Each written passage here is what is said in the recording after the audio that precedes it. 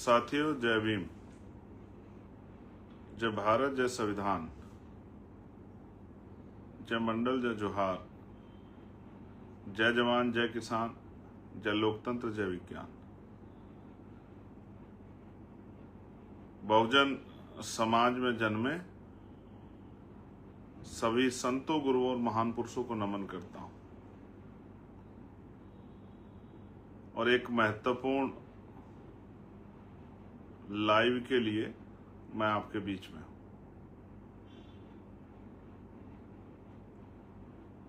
प्यारे साथियों, ये 2-3 विषय हैं जो मेरे मन में बड़ी पीड़ा पैदा कर रहे थे। मुझे लगा कि ज़्यादा पीड़ा अपने पास ही क्यों रखनी, कुछ सरकार की तरफ भी भेज देते हैं। लोकतंत्र में ज़्यादा पीड़ा अपनी तरफ नहीं रखनी चाहिए, उसको बांटते रहना चाहिए।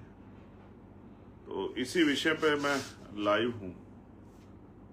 मैं धन्यवाद करता हूँ पिछले 2 प्रोटेस्ट में लखनऊ मंडल की टीम ने, जो असाधारण काम था, 1 दिन 2 दिन की कॉल पे जो जिस तरह से आंदोलन किए हैं, चाहे वो छात्रों के लिए आंदोलन हो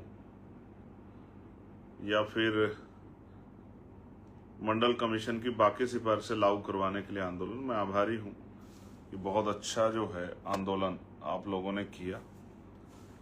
और आज जो लोग अभी मुझे नहीं सुन पाएंगे वो बाद में सुनेंगे। विषय बड़ा महत्वपूर्ण है और मुझे इसलिए लाइव आना पड़ा कि समय कम है। इस पे मैं उस तरह से प्रेस वार्ता, क्योंकि हाउस चल रहा है, महत्वपूर्ण बिल कभी भी आ सकते हैं, तो मुझे यहाँ रहना है, वरना मैं लखनऊ जाके प्रेस कॉन्फ्रेंस करके अपनी बात को रखता। अब भी मैं लखनऊ आऊँगा, लेकिन प्रेस कॉन्फ्रेंस के लिए नहीं आऊँगा, न्याय के लिए आऊँगा। प्यारे साथियों, आपकी जानकारी में होगा, मैं लखनऊ गया था अभी, तो 2 विषय मेरे संज्ञान में आए थे। पहला, कुछ बच्चे मुझसे मिले थे जो MBBS की पढ़ाई कर रहे हैं, जिन्होंने, हालांकि मैं पहले भी उस विषय को उठाता रहा, लेकिन अब मैंने उनको देखा कि वो बच्चे बड़े परेशान थे, आंखों में आंसू हैं। और अच्छी बात है कि वो अपने लिए नहीं लड़ रहे हैं। कल भी उन्होंने धरना दिया इको गार्डन में, उसके भी मैंने वीडियो देखे। और मैंने जब उनको सुना तो मुझे पता लगा कि भाई वो बच्चे जो हैं, उनका विषय नहीं है, लेकिन वो अपने हक अधिकार के लिए लड़ रहे हैं। हालांकि मैंने पहले भी कहा कि इस विषय को हम लोग उठा रहे थे, पहले से बार बार प्रयास कर रहे थे सरकार पर संज्ञान ले। और मेरे याद है, समाज कल्याण मंत्री मुझे एक दिन एयरपोर्ट पर मिले थे, हिंडन एयरपोर्ट पे, यूपी के। तो मैंने उनसे ये बात आग्रह किया था कि भाई आप पे की सरकार है, आपको इस विषय का संज्ञान लेना चाहिए और आपको इस विषय पर काम करना चाहिए। ये बात मैंने उनके सामने दोहराई थी। उन्होंने मुझे कहा भी था कि नहीं भाई साहब, हम लोग इस पर संज्ञान ले रहे हैं। इसके एवज मैंने मुख्यमंत्री जी को भी और केंद्रीय जो हमारे शिक्षा मंत्री हैं उनको भी मैंने जानकारी दी, लेकिन कुछ होता नहीं दिख रहा है। अब जब कुछ होता नहीं दिखेगा तो ज्यादा इंतजार करना अच्छी बात नहीं। मैं विषय बता देता हूं। CSR के जरिए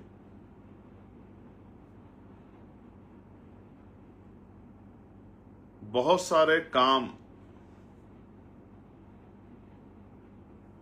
कराए जाते हैं।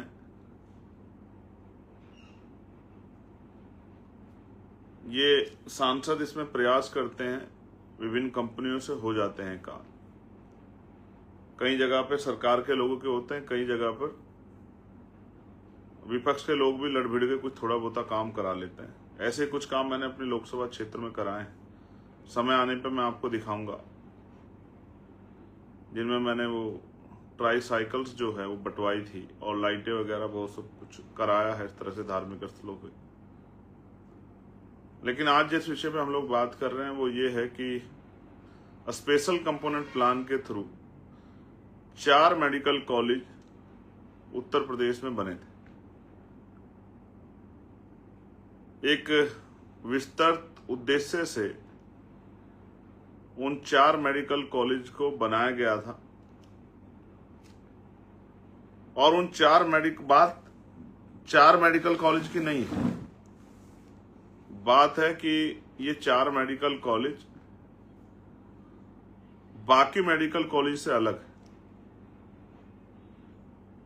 ये पहला मेरे खुद के जिले में बना,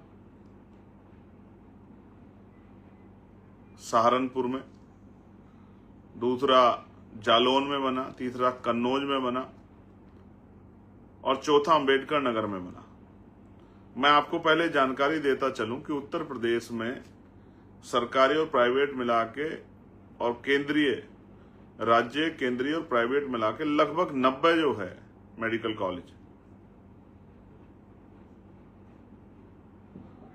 इन 90 में से 4 मेडिकल कॉलेज जो स्पेशल कंपोनेंट प्लान का जो पैसा होता है, बजट में जो स्पेशल कंपोनेंट प्लान का जो व्यवस्था थी, अब तो सरकार ने उसको खत्म कर दिया।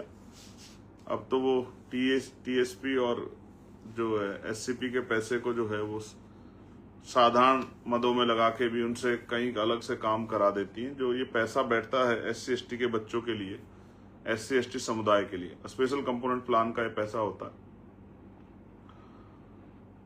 और उस समय आज की सरकार से पूर्व की सरकार सेंटर में थी और ये मेडिकल कॉलेज बने। इन मेडिकल कॉलेज में विशेष क्या था, क्योंकि ये स्पेशल कंपोनेंट प्लान के पैसे से बने थे। जैसे अल्पसंख्यक समुदाय ने कई जगह पे अपने संस्थाएं बनाई हैं और उन्होंने अपने जो अल्पसंख्यक समाज के बच्चे हैं, ये हमें जो है जैन समाज की भी मिलेगी, बौद्धिस्ट समाज की मिलेगी, सिख समाज की मिलेगी, मुस्लिम समाज की भी मिलेगी। कई जगह में ये इस तरह के कॉलेज यूनिवर्सिटियां कुछ उस तरह के देखने को मिलेगी जहां उनका स्वतः का पैसा लगा है। तो स्पेशल कंपोनेंट प्लान पहले समझिए कि ये शेड्यूल कास्ट के, शेड्यूल ट्राइब के बच्चों के लिए है, समुदाय के हितों के लिए। उनके लिए अस्पताल बने, उनके लिए कॉलेज बने, उनके लिए यूनिवर्सिटियां बने, उनके लिए बरात घर बने और इस तरह की चीजें बने। ये उनके लिए है, ये उनके बजट का हिस्सा है, इसमें किसी दूसरे का कोई हस्तक्षेप नहीं है। तो उस के जरिए ये मेडिकल कॉलेज बने। और स्पेशल ये हुआ क्योंकि ये पैसा मैंने जैसे बताया कि उन्हीं का पैसा था, तो उन्हीं की हिस्सेदारी में से बने और उनमें 70% सीटें जो हैं वो शेड्यूल कास्ट, शेड्यूल ट्राइब के बच्चों के लिए फाइनलाइज की गई कि इनको 70% सीटें एससी एसटी के बच्चों को उनमें मिलेगी। 90 में से प्राइवेट सरकारी जो 90 कॉलेज हैं उनमें से 4 मेडिकल कॉलेज में। ये बात मैं आपकी जानकारी के लिए बता रहा हूं, क्योंकि बाबा साहब तो कहते जिस समाज में 10 डॉक्टर, 10 इंजीनियर, 10 वकील तैयार हो जाएंगे उस समाज के अधिकारों पर कोई डाका नहीं डाल सकता। यहाँ तो अधिकार छोड़िए भाई साहब, इस सरकार में सब कुछ लूट रहा है और कोई मुंह खोलने वाला जो है बहुत दूर दूर तक दिखाई नहीं देता। जो काम नेताओं को करना चाहिए वो बच्चे कर रहे हैं, स्टूडेंट कर रहे हैं। मैं उनकी हौसला अफजाई करता हूँ। आज उन्होंने आई थिंक जस्टिस मोर्चा के नाम से कोई संगठन भी बना लिया है अपनी इस लड़ाई को आगे बढ़ाने के लिए। मैं उनको विश्वास दिलाता हूं कि हम आपके साथ खड़े हैं। तो स्पेशल ये था जो मैंने आपको बताया कि लगभग 270 के करीब सीटें उसमें एससी एसटी के बच्चों को मिल रही थी 4 मेडिकल कॉलेज। और अब क्या होगा, पिछली बार एक बच्ची जो है जो गई हाई कोर्ट में और हाई कोर्ट ने तत्काल, हालांकि मैं न्यायपालिका का बड़ा सम्मान करता हूं और मैं बधाई देता हूं जो 4 नए सुप्रीम कोर्ट के जज बने, सब सामान्य जाति के, मैं उनको बधाई देता हूं। क्लोजियम रहेगा तो ये रहेगा, यही परंपरा रहेगी, इसमें कोई बहुत परिवर्तन होने वाले भी। क्लोजियम एक्ट ये कहता है कि एससी के प्रतिनिधित्व का उसमें ध्यान रखना, क्योंकि सरकारी संस्थान है, सब कुछ सरकारी तौर पे तनख्वाह और सुविधाएं और सब कुछ सरकार के द्वारा मिलती है। लेकिन कितना ध्यान रखा जा रहा है, मैं इस पे ज्यादा कुछ नहीं कहना चाहता। और मैं ये भी नहीं कहना चाहता यही कर रहे हैं, इनसे पिछले वालों ने भी खूब ध्यान रखा है और उसके आंकड़े आप जुटा सकते हैं। आपको हर साल के आंकड़े मिल जाएंगे कि एससी एसटी ओबीसी के कितने जज सुप्रीम कोर्ट और हाई कोर्ट में है, हायर जुडिशरी में है। तो प्यारे साथियों, 270 के करीब सीटें थी और अब एट प्रेजेंट टाइम अगर जो हाई कोर्ट की डायरेक्शन दी गई है कि जो संवैधानिक आरक्षण मिला है वही उसमें लागू हो, उसको अगर आधार बनाया जाए तो लगभग 196 200 सीटों का नुकसान SC/ST समुदाय को हो रहा है। लगभग 200 सीटों का नुकसान इन 4 मेडिकल कॉलेज में, इन्हीं 4 मेडिकल कॉलेज, पहले मैं आपकी जानकारी के बता दूं, इन्हीं 4 मेडिकल कॉलेज में था। स्पेशल कंपोनेंट प्लान के जो सेंटर से आता है पैसा, उसके जरिए बना था। इसमें बड़ा हिस्सा केंद्र का रहता है, फिर राज्य सरकार का भी हिस्सा रहता है। और आप ये समझिए लगभग 270 सीटें मिल रही थी, लेकिन अब जो हाई कोर्ट ने डायरेक्शन दी और सरकार ने कहा कि हम इसकी निगरानी करेंगे, ट्वीट भी बहुत सारे हुए थे, अब उसमें लगभग 200 सीटों का नुकसान अब जो है हमें वो सीधा सीधा होता दिख रहा है। जहां 270 सीटें मिल रही थी, लगभग अब 70-72 सीटें हमें मिलेंगी। इसलिए बच्चे आंदोलन कर रहे हैं कि ये हमारा स्पेशल कंपोनेंट प्लान के पैसे से बना था, इसको हाई कोर्ट को इस तरह से हमारे साथ अन्याय नहीं करना चाहिए। और जब 13 तारीख से काउंसलिंग शुरू हो रही है तो हमें जो है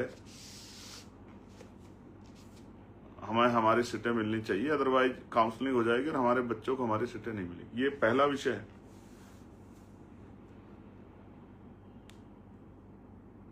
जो मैंने आपके सामने रख दिया। और बच्चे इसको लेके बहुत चिंतित हैं, पीड़ा में हैं, आंदोलन कर रहे हैं, और मैं इनकी हिम्मत को सराहता हूं पुनः। दूसरा विषय है BBAU, बाबा साहब भीमराव अंबेडकर यूनिवर्सिटी लखनऊ, उसके बच्चे भी मुझसे मिले। उन्होंने अपनी पीड़ा मुझे बताई। उन्होंने एक लेटर मुझे सौंपा। घटना की तिथि 28 अप्रैल 2026, समय रात के 10:30 बजे। हुआ यह है कि बाबा साहब भीमराव अंबेडकर यूनिवर्सिटी विश्वविद्यालय लखनऊ में मैथ संबंधी समस्या में एक छात्रा की फूड पॉइजनिंग की वजह से मृत्यु हो गई थी, और जिसमें बच्चों ने अपनी मांगों को लेकर, चिंताओं को लेकर आवाज उठाई। मैं यहां ये बताता चलूं, मैंने फोटोग्राफ देखे, जानवरों से बुरा खाना जो है वहां उस यूनिवर्सिटी में बच्चों को प्रोवाइड कराया जा रहा है। एक बात। इसके बाद क्या हुआ, विश्वविद्यालय प्रशासन द्वारा कई छात्रों के विरुद्ध कठोर अनुशासनात्मक व अन्य कार्रवाई की गई। मैं यहाँ ये भी बता दूं कि एक तो प्रधानमंत्री जैन जी से माफी के लिए कहते हैं, उनको माफ करने की बात करते हैं, और कहते हैं कि भाई हमारे बच्चे हैं, हमारे अपने बच्चे हैं, लेकिन यहाँ उसके विपरीत है। एक्चुअली यूपी और दिल्ली में शायद फर्क है। तो विश्वविद्यालय लगभग 30 छात्र छात्राओं पर बिना उनका पक्ष सुने, हालांकि पहले नोटिस जारी होता है, कोई भी अगर प्रोटेस्ट या कुछ भी हुआ है तो यूनिवर्सिटी नोटिस जारी कर देती है कि भाई ये नोटिस है, अपना जवाब दे दो। बिना उनका पक्ष सुने और अनुशासन समिति द्वारा 30 बच्चों पे जो है कार्रवाई की गई, और विश्वविद्यालय किसी भी पाठ्यक्रम में प्रवेश पर रोक लगा दी गई। रुपए 10 से 12,000 तक का जुर्माना और restriction, suspension, out of bound, character certificate रोकने जैसी कार्रवाइयां की गई है।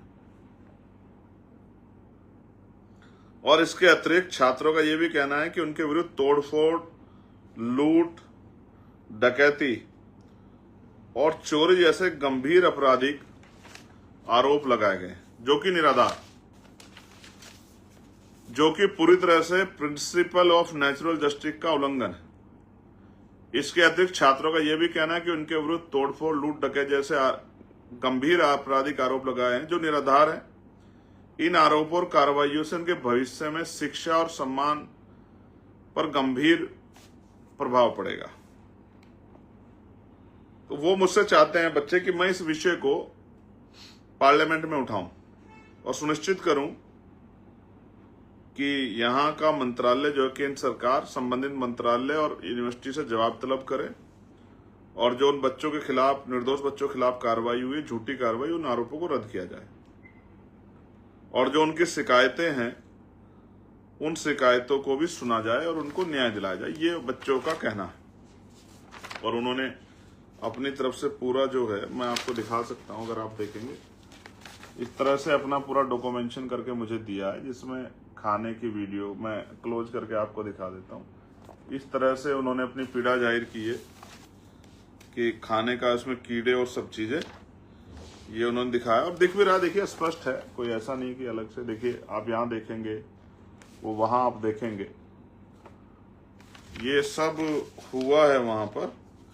बच्चे प्रोटेस्ट भी कर रहे थे वहां पर। ये भी एक और देखिए, आप देखेंगे तो आपको इसमें ये दिखाई देंगे। देखिए इस तरह का सम्मान, मतलब जानवरों जैसा खाना उन बच्चों को प्रोवाइड किया जा रहा है। बड़ा चिंताजनक है। देखिए मैं और एक बार आपको तसल्ली के लिए दिखाता हूं, आप देखेंगे तो आपको दिख जाएगा। ये यहाँ जहां गोल घेरे किए हुए, वहां आपको ये सब चीजें दिखाई देंगी। ठीक है, इसमें आपको इस तरह के कीड़े और वो सब चीजें उनके खाने में पड़े दिखाई देंगे। बाल वगैरह भी, ये देखिए, ये बाल इस तरह से, देखिए मरे हुए जानवर ये उनके खाने में पड़े हैं। ये शिकायत उन्होंने मुझसे की और वो बहुत संख्या में थे, बच्चियां भी थी। डर उनमें यह है कि अगर हम सामने जाएंगे तो हमारे ऊपर कार्रवाई हो जाएगी। लेकिन एक इम्पोर्टेंट बात बताता हूं, बाबा साहब अम्बेडकर के नाम से बनी यूनिवर्सिटी में आप डॉक्टर बाबा साहब अम्बेडकर की जयंती नहीं बना सकते वहां। ये जानकारी भी उन्होंने मुझे दी। उसके लिए पैर, प्रॉक्टर के पैर पकड़ने पड़ते हैं, पैर छूने पड़ते हैं, नाक रगड़नी पड़ती है, तब जाके आप यूनिवर्सिटी में बाबा साहब, जो बाबा साहब के नाम से बनी, बाकी और सब चीजें हो जाती है उसमें। आरएसएस के इवेंट हो जाते हैं और जो एक बीजेपी का संगठन है एबीवीपी जो है, उसके कार्यक्रम हो जाते हैं। वहाँ के बहुत सारे टीचर एबीवीपी से जुड़े हुए हैं जो हैं, उनके कार्यालय जाते हैं और तमाम जो है उनके पार्टी के पटके, संगठन के पटके पहन के घूमते हैं। ये सब चीजें हो सकती है वहां, लेकिन ये बाबा साहब की जयंती जो है वहां नहीं। और एक और इम्पोर्टेंट बात,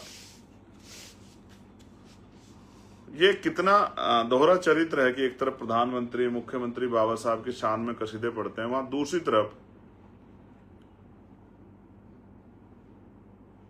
बाबा साहब के नाम से बनी यूनिवर्सिटी में बाबा साहब की जयंती आपके एडमिनिस्ट्रेशन के लोग मनाने नहीं दे रहे हैं, मुख्यमंत्री जी। और आपके लिए एक और जानकारी देना चाहता हूं कि आसियाना थाने में पहले से बहुत सारे नाम दिए गए हैं, जो बच्चों ने बताया। जब भी कुछ वहां होता है तो वहां तत्काल नाम भेज दिए जाते हैं, उनके खिलाफ एफआईआर हो जाती है, उनके कैरियर के साथ खिलवाड़ हो जाता है तत्काल।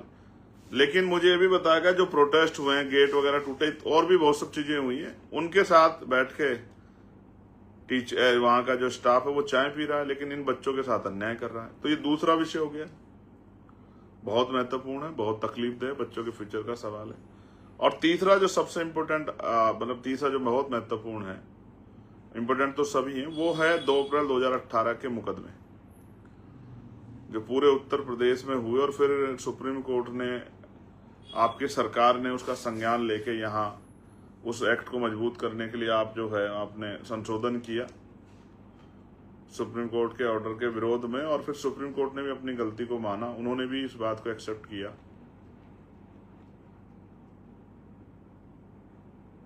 ये बड़ा विषय है और इसमें बहुत सारे बच्चों मुकदमे दर्ज हुए हैं और अभी तक वो मुकदमे चल रहे हैं। हालांकि मुख्यमंत्री जी, आपने तो अपने ऊपर लगे सारे मुकदमे वापस करवा लिए, लेकिन बच्चों के ऊपर, छात्रों के ऊपर, युवाओं के ऊपर जो 2 अप्रैल 2018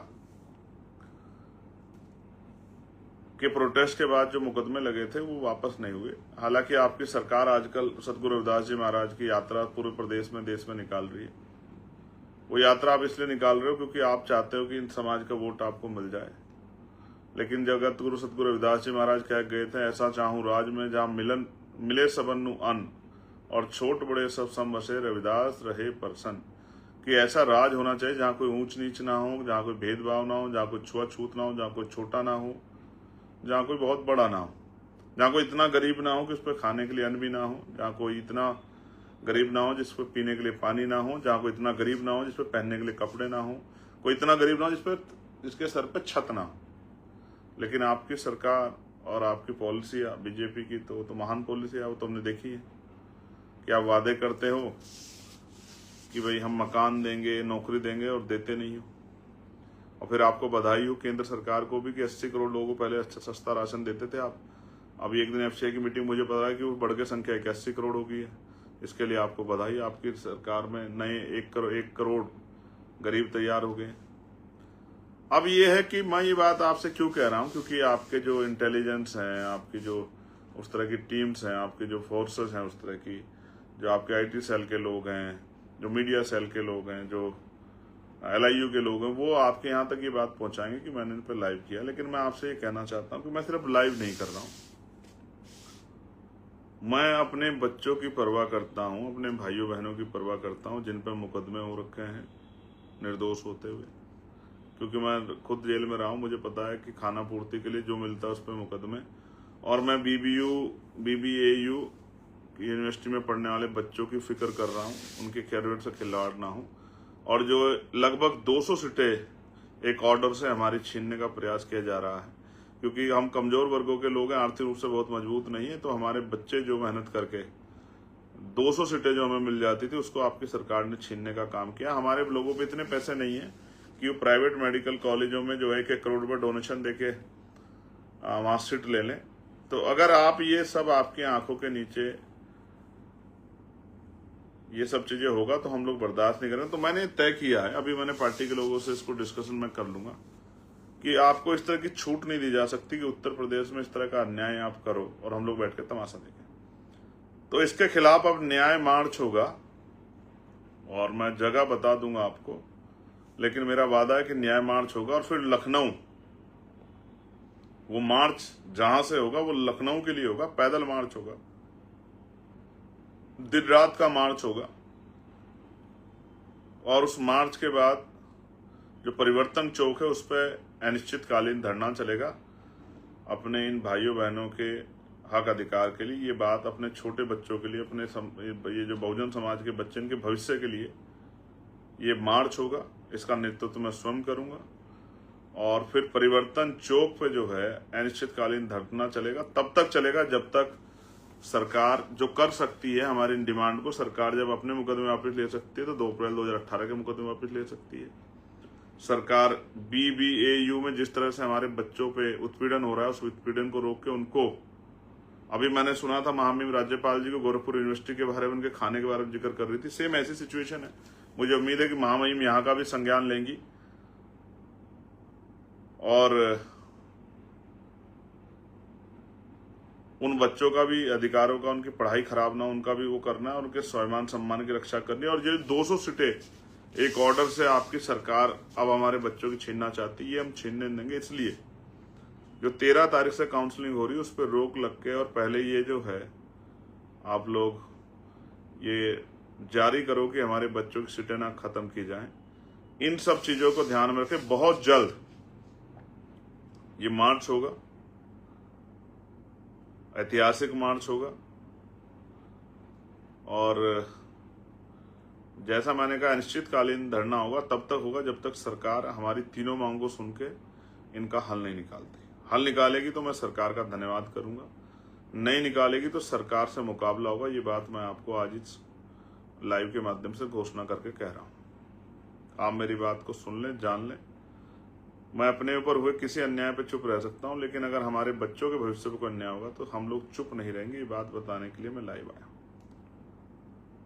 मुझे बहुत कुछ अब नहीं कहना, बस मुझे ये कहना है कि अगर आप वास्तविकता में दलितों के हितैषी हैं तो कलश यात्रा की जगह उनके बच्चों के बिगड़ते भविष्य, उजड़ते सपनों को, छीनते अधिकारों को बचाने का काम कीजिए। अदरवाइज ये झूठा ढोंग कलश यात्रा का जगत गुरु सतगुरु रविदास जी महाराज के नाम पे जो आप ये कर रहे हो, और आप उनके, मैं गारंटी से कह सकता हूं पूरे उत्तर प्रदेश एक नई परमिशन आपने कहीं नहीं दी अगर उनके अनुयायी शोभा यात्रा निकालना चाहते हैं।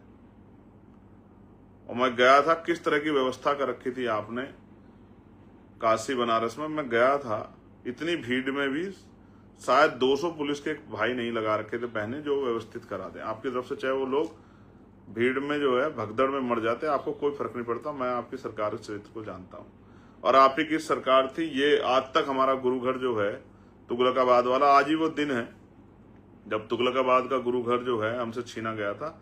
आज तक वो गुरुघर नहीं बना, ये आप ही की सरकार केंद्र में है, जबकि राम मंदिर बन गया जिसका ऑर्डर उसके बाद आया था। लेकिन वो तुगलकाबाद वाला गुरुघर हमारा नहीं बना। आप ही ने कमेटी बनाई सरकार ने, और वो कमेटी में आपके बहुत लोग हैं, लेकिन आप वो बना नहीं पाए। ये भी मैं कहना चाहता हूं कि आपकी कथनी और करनी में बड़ा फर्क है। और आप पहले राम के नाम पे लूट कर चुके, अब आप बाबा साहब के नाम पे और जगत गुरु सतगुरु रविदास जी महाराज के नाम पे लूट करोगे। ये लूट हम बहुजन समाज के लोग बर्दाश्त नहीं करेंगे। और प्यारे साथियों, समय के सतगुरु समनदास जी महाराज की भी जो है आज स्मृति दिवस है, पुण्यतिथि। आज के दिन वो हमें छोड़ के गए थे। दोहरी मार है, एक तरफ गुरु घर को शहीद किया गया था तुगलकाबाद वाले को, जिसमें हम लोग 98 लोग जेल में रहे थे 66 दिन तक, और दूसरा आज के दिन ही सतगुरु समनदास जी महाराज भी हमें छोड़ गए थे। ये भी मेरे मन में बड़ी पीड़ा है, लेकिन बच्चों का भविष्य मेरे मन में पीड़ा है। और मैं अपने भाइयों बहनों को उनको विश्वास दिलाता हूं जो मुझसे छोटे हैं, जो हम पे उम्मीद लगा बैठे हैं, कि हम आपकी लड़ाई को कमजोर नहीं पड़ने देंगे, आपके साथ खड़े हैं और आपके हक अधिकार आपको दिला के रहेंगे। आप अपने आप को अकेले मत समझना। आपने मुझे सुना, मैं आपका आभारी हूँ। आप सभी का धन्यवाद। जय भीम, जय भारत, जय मंडल, जय जोहार, जय जवान, जय किसान, जय लोकतंत्र, जय विज्ञान, जय संविधान। आप सभी के लिए मंगल कामनाएं। और इसको कोशिश करो कि ये जल्दी जल्दी सरकार तक पहुंच जाए, मीडिया के जरिए, जिस भी जरिए, इसलिए इसको सरकार तक पहुंचाने का काम करें। और मैं फिर कह रहा हूं, मार्च होगा, न्याय मार्च। और न्याय मार्च का मतलब यह है कि जब तक न्याय नहीं मिलेगा तब तक मार्च होगा। और लखनऊ में परिवर्तन चौक पर अनिश्चितकालीन धरना होगा। ये मेरा आपसे वादा है, मैं झूठे वादे नहीं करता। धन्यवाद। जय भीम, जय भारत।